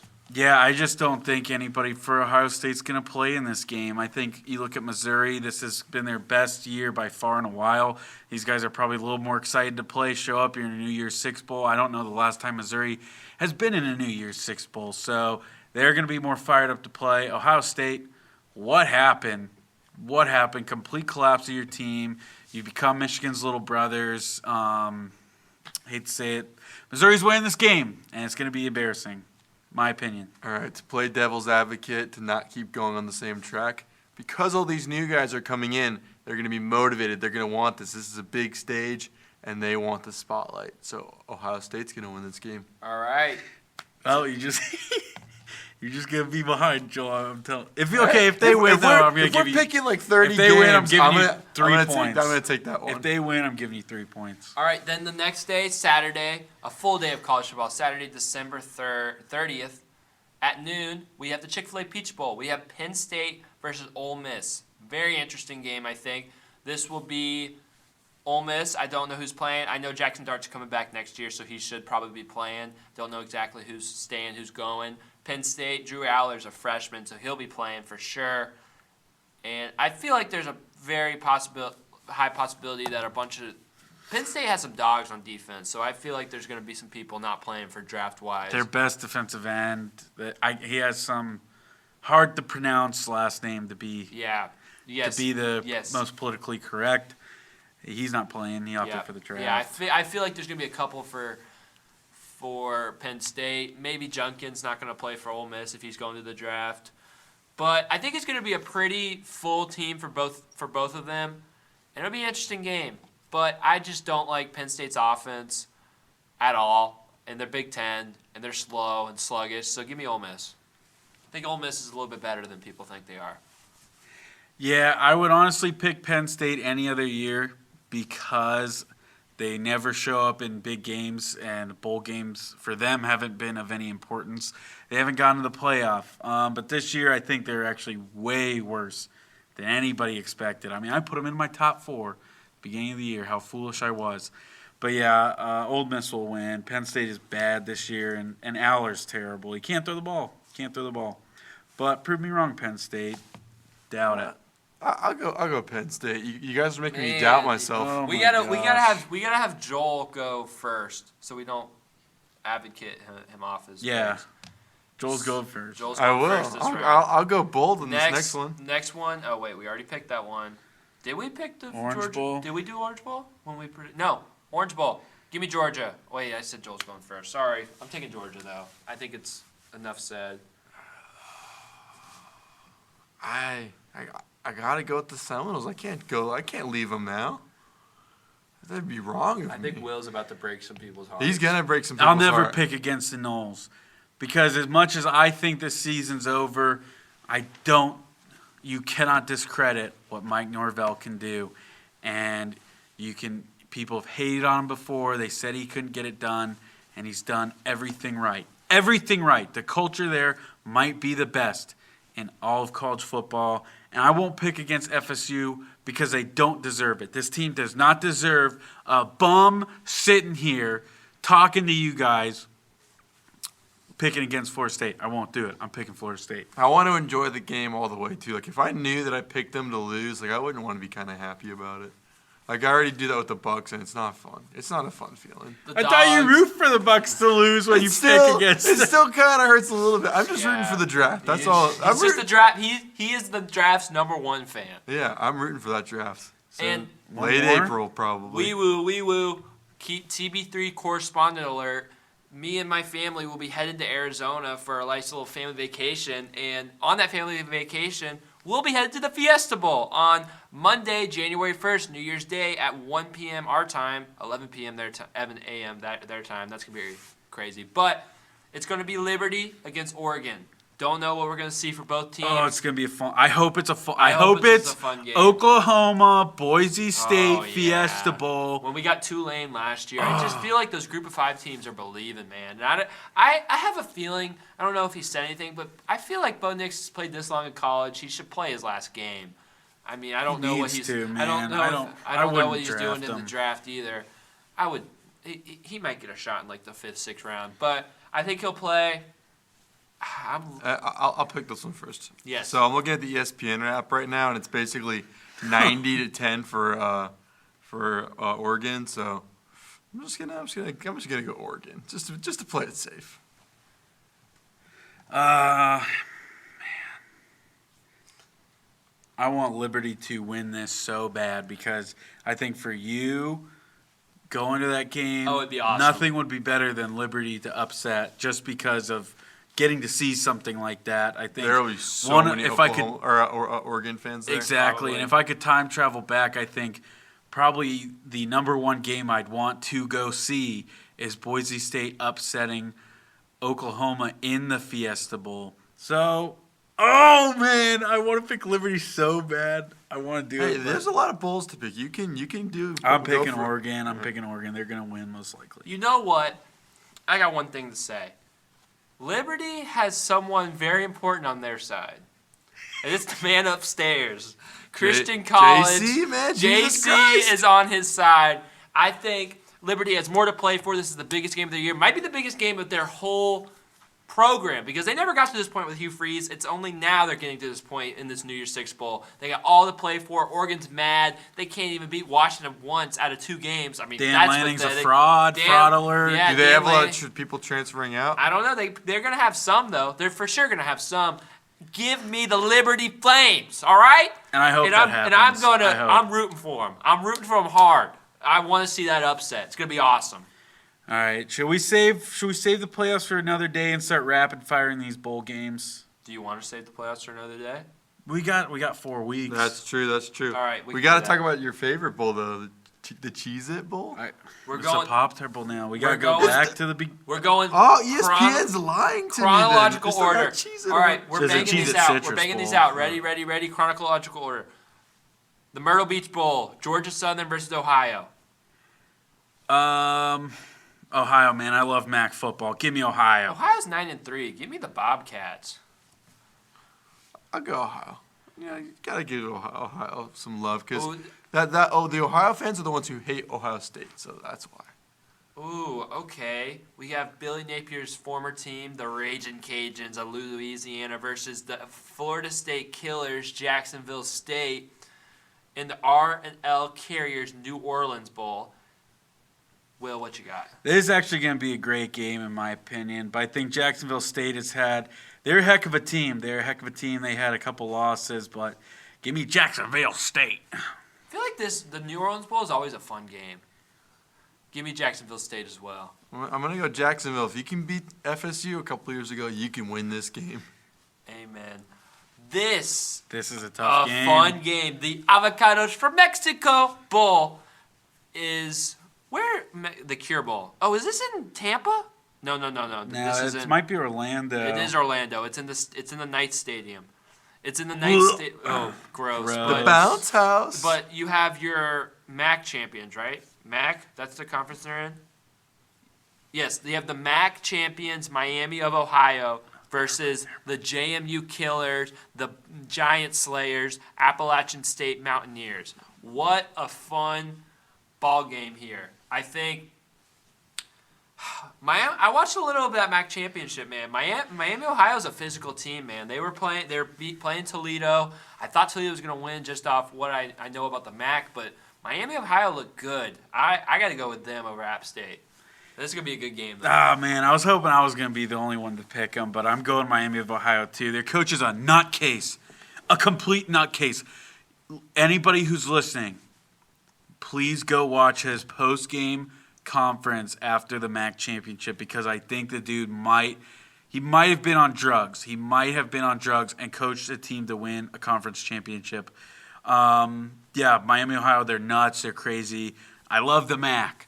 I went to school up in Michigan. I went to 3 MAC championship games. Oh, that's awesome. And it was all the best time of my life. I wish I could go every year. It's in Ford Field where the Lions play. It is sick. Give me Appalachian. That's honestly, I could see it, man. They live to upset teams, man. They live for it. But they are 8-5. But man, they live for it. They play big. Man, how are all these teams getting bowl games in their home state? You got the Isleta New Mexico Bowl, New Mexico State versus Fresno State. Ooh. Oh, New Mexico State. They beat Auburn. Give me New Mexico State. What am I talking about? No, I disagree, man. I know New Mexico State's good. They beat Auburn. But Fresno State, I've liked their ball that they had. They started off the year super good. Kind of fell off, but I think Fresno State's a more put-together team. Give me Fresno State. I'm going Fresno State because I love their logo. The Fair. Bulldogs. That's a cool logo, I agree. This one's an interesting one. The Starco Brands LA Bowl, you have Boise State versus UCLA. UCLA's quarterback in the transfer portal. UCLA has a top rush DN prospect. He's not going to play. 2-0, a 2-0 or whatever. Yes, that dude, he was like the highest graded PFF player. Oh, Colorado made him look good. Yeah, that's true. But he's really good, but he's definitely not going to play. I very highly doubt it. So, for that reason, give me Boise State. Give me Boise State, man. Yeah, this is one of the tougher ones for me because I really didn't think Boise State was that good. And I did not expect them to beat UNLV, and they smoked them. Absolutely smoked them. But I think Chip Kelly, he's auditioning for another job because he certainly is not going to be UCLA's head coach anymore after this year. Give me UCLA. I think UCLA will find a way to win it. Chip Kelly's auditioning for a new job. I love that Boise team, man. Blue Field, they win this game. Fair. Power 5 versus Power 5, 6-6 versus 6-6. The Radiance Technologies Independence Bowl, California versus Texas Tech. That's a terrible name. Pac-12, Pac-12. Give me Cal. Yeah, I like They Cal. smoked UCLA in the last game. Last game of the Pac-12, California won. Think about that, guys. Think about that. Yeah, give me Cal. Cal's actually a decent team for being 6-6. I think the Pac-12 was just too competitive. I mean, they got to change it. Independence Bowl is a great game, a great bowl game actually, but to tag Radiance Technologies. What even is that? Nobody that's cares about stupid. those front names. It's like that don't matter. Well, I'm working on my enunciation for my future career right now. That's why I'm saying all the names there. That's just Can't stutter. Gotta go California. It's just the safe bet. The famous Toastery Bowl, you have Western Kentucky versus Old Dominion. We saw Western Kentucky earlier this year. I like them. Western Kentucky wins this game. Old Dominion, man, they've had a couple good seasons. I'm kind of surprised they're only 6-6. I like Old Dominion in this. Give it to me. I love Old Dominion's logo, actually. High key, love their logo. Great team to play with on NCAA 14. They're like that one group of 5 team that was in there, I feel like. So, or they were even were they even group of 5 I think back they were then? like the outside of group of 5 at that point. Yeah, they might have been FCS. I don't know, but they were in it, and I like them. Western Kentucky, they put up a hard game to play. Yeah.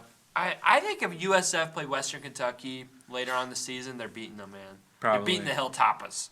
Oh, Western Kentucky has the sick jersey, the helmets. that had their big red, their mascot, and he was doing different Those things for were each sick. position group. They got to wear them So for the whole sick. game. Yeah, wear those every day. I'm not gonna lie, I'm pretty disappointed for UTSA. They got stuck in the Scooters Coffee Frisco Bowl against Marshall. I think UTSA is going to blow them out. That I think sucks. Marshall's winning, honestly. Wow. I think I don't know. UTSA is good, but Marshall is good just about every single year. And I think Marshall will probably end up being the better team. Give me Marshall. We are Marshall. You heard it here. Will, how are you? We're just raw dogging it. How are you gonna keep it after these points? We're not doing. I this. have to go back and look at it. There's too many for me to type, and I have to make good picks. I'm trying to. If I was like going through typing everything right now, I got them all. I'll just. Brutal. Yeah, we're recording it, right? I We're can just listen recording to it. it. Yeah, that's true.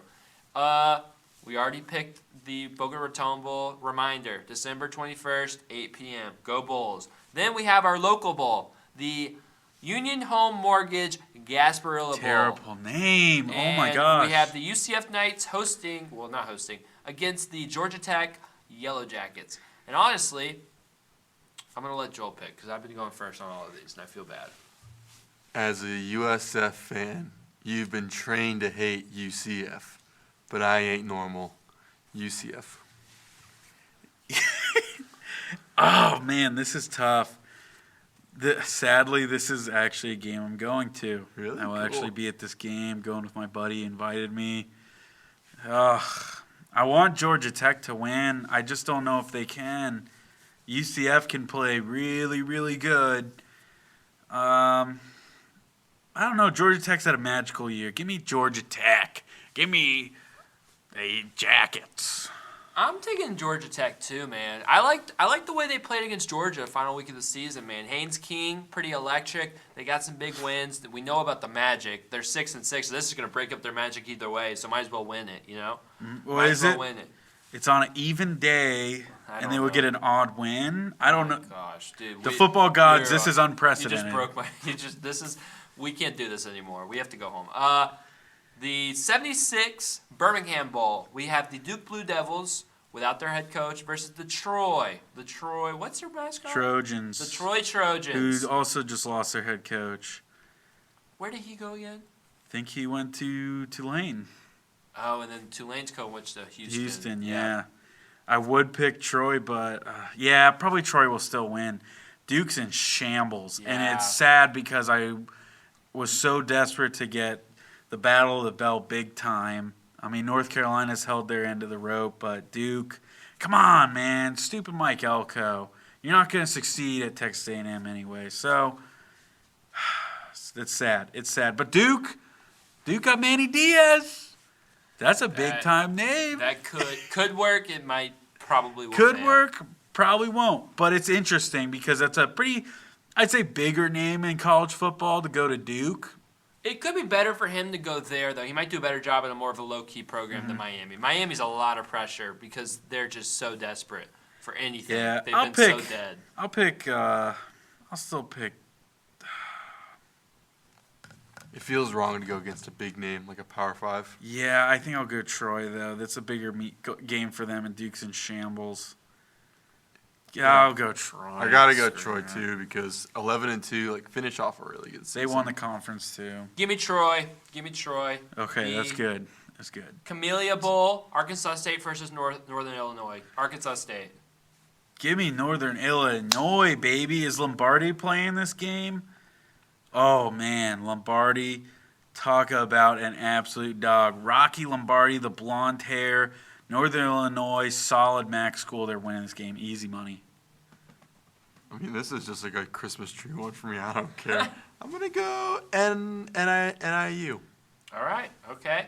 Ooh. Big game. Ooh, Big I like game. this one. The Lockheed Martin's Armed Forces Bowl. JMU, James Madison, yes, they're in. They made a bowl game. The NCAA took their fingers out their butts and let them go into the bowl game. And they're going to face off against the Air Force people. The Air Force Falcons, I think. The Air Force Falcons. Yep, our and nation's heroes. Our nation's heroes. They were undefeated at one point. They've had a little bit of a rough end of their season. But they're still 8-4 against JMU.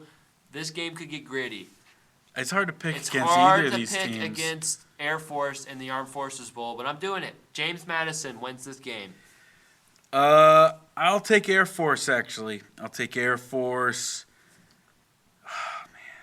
James Madison, what could have been? And their stupid coach left, too. Give me Air Force.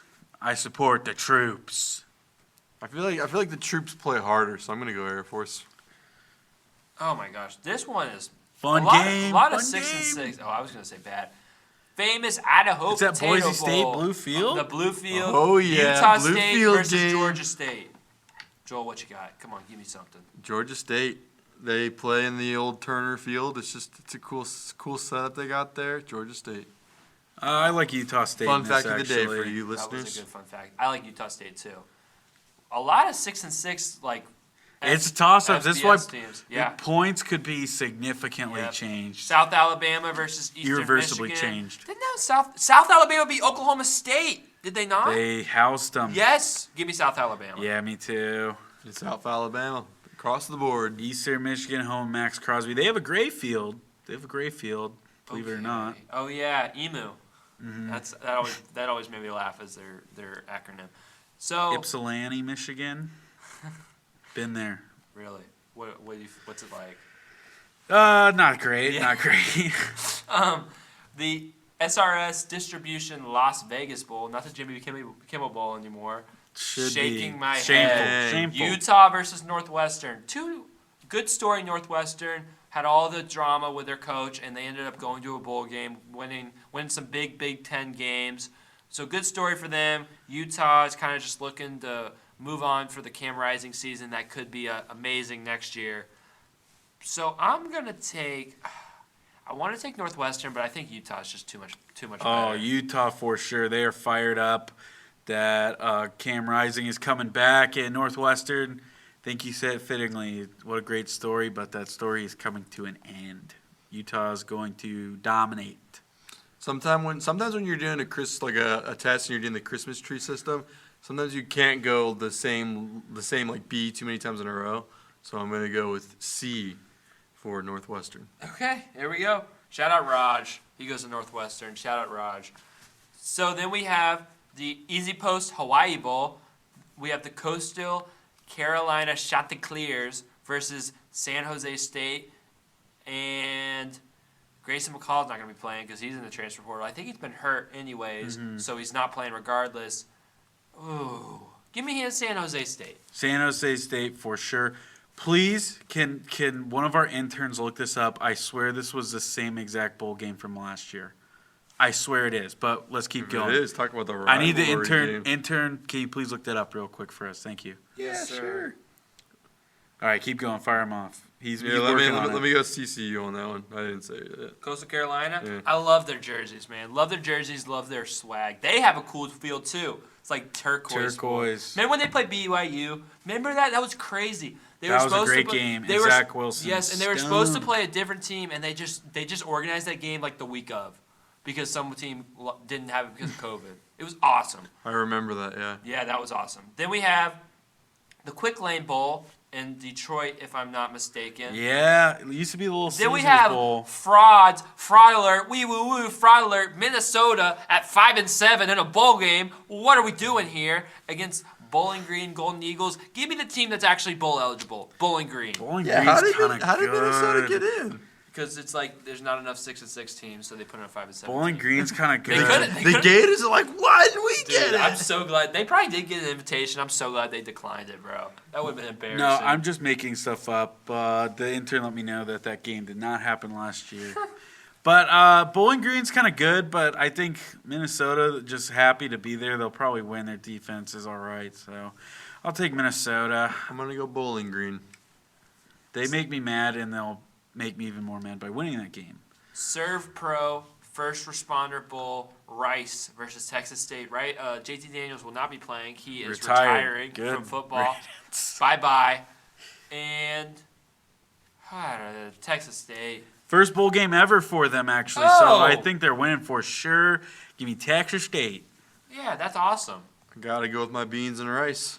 Beans and rice. Beans and rice. Rice wins. This one's a fun one. the Guaranteed Rate Bowl, we have UNLV, the Mountain West runner-ups, versus Kansas Jayhawks, 8-4. Could be a really fun matchup. Kansas, if you guys recall, played a crazy game against Arkansas in their bowl game last year, which I'm pretty sure Arkansas won in double overtime. Absolutely insane game. Sad. I wanted Kansas to win, but I digress. On that note, Kansas gets their revenge and wins their bowl game this year. Gotta go with Kansas. I love Kansas. I like UNLV, but after what I saw in the Mountain West Championship, I'm going Kansas as well. This is a tough one, actually. Military Bowl presented by GoBowling.com. Go bowling. Let's go. Tulane beat the crap out of them. I'm not quite sure. I think Virginia Tech might win this game. And you might call me crazy, but I think they do. I'm going Virginia Tech. I'll go Tulane. So support Louisiana. Oh, wee woo. Big bowl game alert. Duke's Mayo Bowl. Mayo Bath on the line. We got Drake May, who's probably not playing. And the North Carolina Tar Heels. Don't know who their backup quarterback is. But they're going to be playing for Mac Brown. And then we have West Virginia, who's had a sneaky all right season.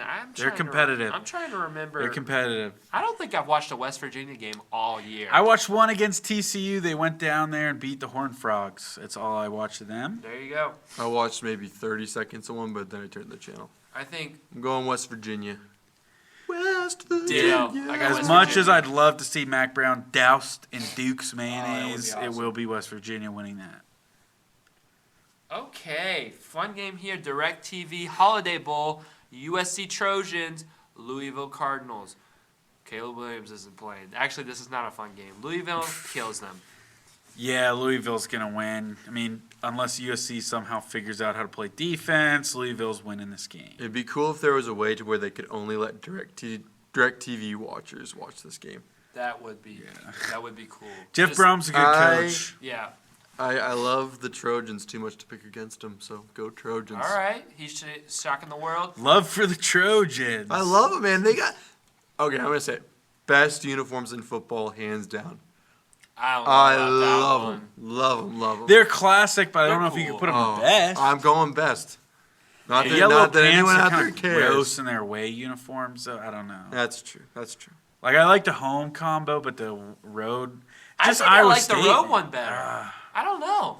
Okay. I like how they wear the black cleats. It's a good look. That's Except when Caleb Williams wears the black tights with black cleats, it's gross. And the black fingernails that he paints. Yeah. Well, you don't have to get into that. The Tax Act, Texas Bowl, Oklahoma State versus Texas A&M. That should be like a cool atmosphere. You know, everyone's jumbled up there. A&M, Cowboy fans, all the whole shebang.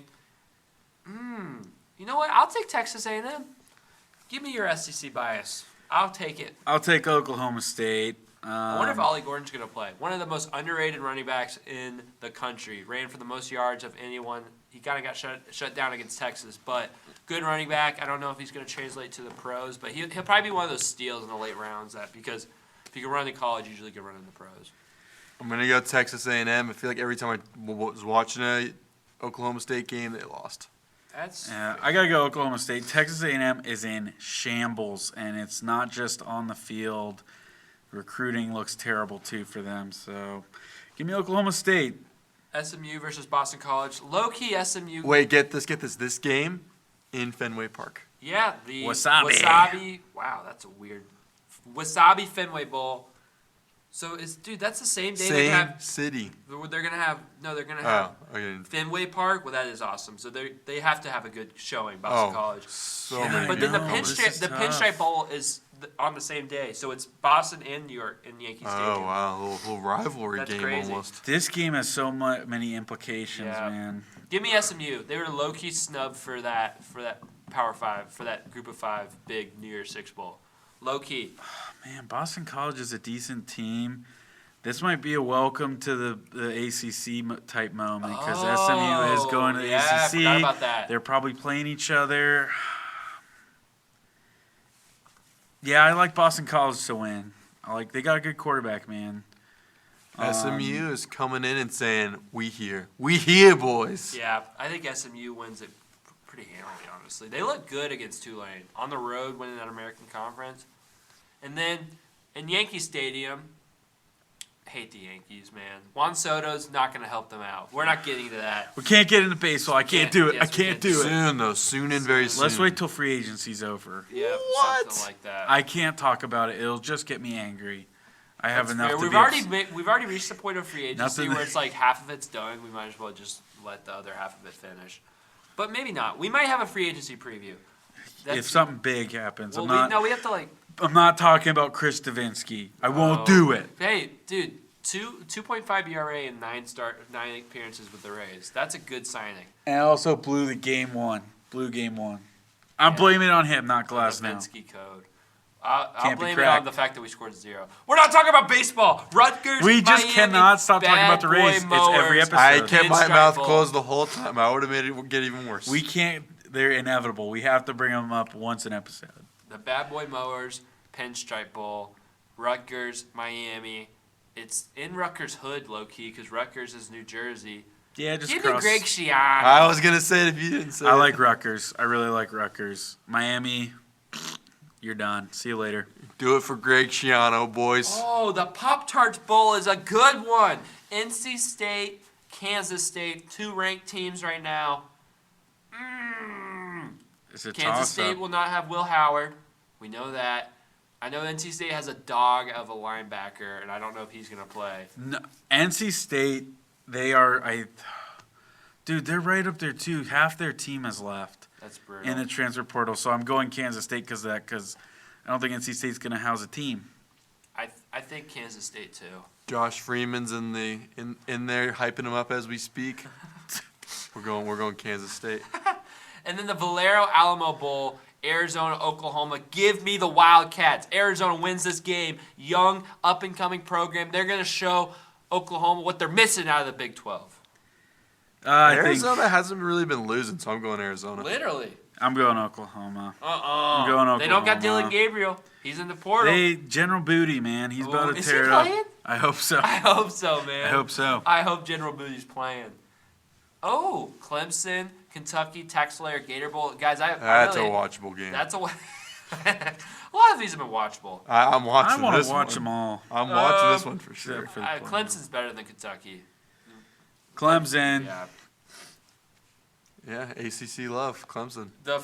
Always the weirdest thing. The final CBS game of the year is the Tony the Tiger Sun Bowl, and this one's a good matchup. I feel so bad for Oregon State and their players. The biggest game of your season, rivalry game, Civil War, and your coach tells you the night before that he's leaving. That is. Oh, that's heartbreaking. I know that's heartreaking. He went to Michigan He's a bomb. State. That's like honestly, like I was so high on anyone who hired him, but now I'm like that. You can't do that and succeed, man. That's brutal. No. That is brutal. And you know Sam Hartman's the type of dude to play in this game. Yep. He will. Yeah. He will be fired up I think to play in Oregon the Sun State's Bowl. kind of broken right now. Give me the Irish. No, the yeah, Irish. Notre Dame. Notre Dame. AutoZone Liberty Bowl, Iowa State, who random snow game win against Kansas State on their last game. They had what, versus like Memphis. 700 rushing Yes, yards, something crazy. and they didn't have like a single play in the red zone either. I feel like they're hot off the track. Oh, you gotta be. So give me Iowa State. Yeah, Iowa State. This is in Memphis' stadium, right? Oh, dude. I think it is. Maybe not. Yes, It is. Yes, All right, it is. I'm going Memphis. Good call. Good call. Yeah, because they play in the Liberty Bowl. Memphis all the way. Which is getting renovated. Actually, they're adding some renovations. Probably which to is get good an for it. NFL team. Am I allowed to say this word? I don't think I'm allowed to say that word. I'm not saying the Music City Bowl. I don't know what the sponsor is, but we're not talking about it. The Music That's City got Bowl. to be like just some insurance Or thing. hopefully it's like for a train. But I'm saying it's the Music City Bowl. If you guys want to know what sponsors them, you can. I look for hope yourself. it's not that. We don't want to get political, man. That's what I'm saying. We're not doing keep this. keep the politics Yes, out we're of it. keeping it out. Maryland versus Auburn. Talia. He's like in the record books. Like he's like the third Most highest. He like I think beat he's the Drew most Brees. now, yeah. Yeah, I'm like that's crazy for yards. I think craziness. Give me Maryland. Yeah, I like Maryland. Give Tagovailoa. Actually, can I change my pick? Yeah, go. I'm taking Auburn. SEC Homer. Oh yeah. I forgot Auburn should have beat Alabama. You took my reasoning. I mean, I say the same thing. They're still mad about that Alabama game, Auburn. Yeah. Well, and they have They all have all their players coming back because none of them are good enough to do anything crazy. That was rude. The Barstool Sports Arizona Bowl. That's a fun game. Wyoming versus Toledo. All right. Okay. The Rockets, 100%. How can you not pick the Rockets? I love the Rockets, too. Everybody thought they were winning the MAC. They unfortunately lost. They're fired up. They're mad. Give me the Rockets. Rockets are just a fun team. I'm going Rockets. Sorry, Dad. Got to go against Wyoming on this one. Oh, my gosh. I forgot the Outback Bowl is not the Outback Bowl anymore. And it's a terrible game. It's an awful game. Why couldn't you give us a Bowl. Music City Bowl? That would have been way better, but you give us this trash. LSU runs them out. Nussmeier's a decent backup quarterback. Yeah. And they beat the tar out of Wisconsin. Let's just keep it close, Wisconsin. Just Pretty- keep it watchable for the Tampa people you going. can't even be happy you get a blooming onion when the SEC wins anymore. Ugh. Yeah, it's terrible. Man. So LSU. And then, the Cheez-It Citrus Bowl. Oh, wait, there's one more. How could I miss? The Cheez-It Citrus Bowl, Iowa versus Tennessee. Powerhouse offense. Mid on mid. We're going to have a 13-10 game, and Tennessee's going to win. Yeah, I would love to see Iowa win, but that defense really isn't that great, okay? They're in the Big Ten, so for that, give me Tennessee. You might hear they're back after beating Iowa. That's the funny thing. You'll hear how they're back, but they're not. They're missing Coach Golash. I'm either taking a point and losing a point here. I'm going to go Iowa.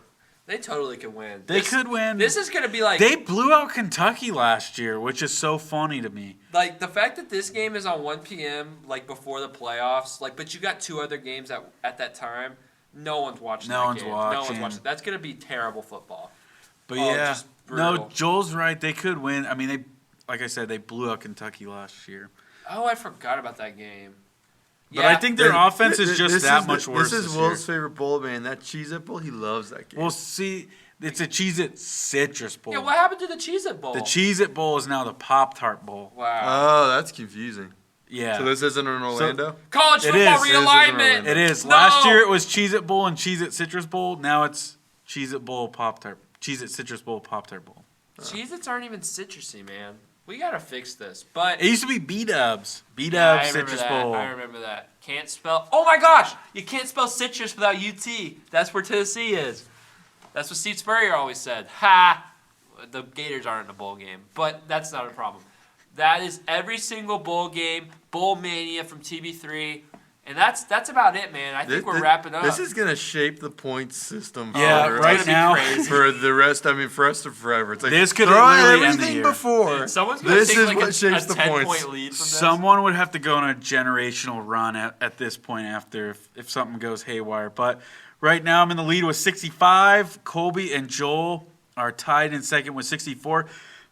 But before we go, I do have to mention, Joel, have to give you a round of applause because in the Power 5 Conference Championship games, you went 5-4-5. The only one to do it. I was feeling it. Will, is there any way you can go back and see who we predicted for the college football playoff? Oh, I can do that right now. My I think we picks should were do that. so I know bad. I picked Notre Dame to get in I did there. pick Washington to get in, and that was bold on me. I got Alabama. I know that. I picked Alabama to win. Yeah, I added those points as well this week. Joel, you said Georgia, Michigan, Florida State, and Oregon. Oh, I said Oregon. I said Washington. My That's bad. not bad. Joel, I feel like I really feel thought I like picked Joel's the Washington. closest in all honesty. I thought I picked I Washington should instead have went with a of Pac-12 Oregon. team. Colby, you might still get points though because you picked Alabama to win it all. You picked Georgia, Michigan, Alabama, Notre Dame.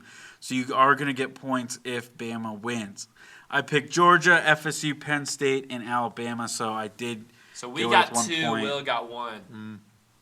Right? 'Cause Joel only got 1. Really? He picked Georgia, Michigan, Florida State, Oregon. I thought like You're in the my only, heart, you I- actually got the most. Two I points. gave Yes, Washington a sir. lot of love, but I thought I picked them there. Man, I should have. Man, Notre Dame was a sly pick for me that did not. They pan looked like out. they could be They good, did, but they they're did. one of those teams, man. They just They're can't win one of big those games teams. right now. Or ever. Never can win big games. But yep, that was our old college football playoff predictions. We will get into the playoff in the coming weeks. We got to have some college football on our show at some point. We'll probably talk about it every episode, maybe. Maybe. We might. We'll see. I can't get enough of it. So. But yes, we are still down into college football. This is your TB3 special edition. Thank you guys for listening. If you guys were not aware, we had a TB3 normal, episode 19, where we talked about the Bucks and the Lightning. that already came out earlier this week. So listen to that if you're looking for those teams. But this is all college football. Thank you for listening. Subscribe on the YouTube. Put 5 stars and follow on the Spotify. Follow on Instagram. Follow on Twitter /X, whatever that platform is called. And thank you guys for letting us talk about college football all year because we've had a great time talking about it. It's TB3, man. It's Seminoles, Gators, Bulls. Yep. We've enjoyed it every week. There's meaning behind the name. It's made our show go long for a couple of months, but it's been worth it. Even if you guys don't get to that part, we don't care. We love talking about it. But some of you guys skip to that part. I know there's some people, like for a fact, I know there's some people that only listen to the college football part. So it goes both ways. Watch Navy and Army tomorrow. Oh, yes. I love Who we got? that game. Quick pick. I got our Army. I think Army's better. I don't know about Navy. Navy's jerseys are cooler. Army's are cool, though, too. Yeah, Army. Go Army. Beat Navy. It's harder to get into the Navy, so I'm going to go Navy. All right, okay. But, yep, that's your college football. Thank you guys for listening, and good night.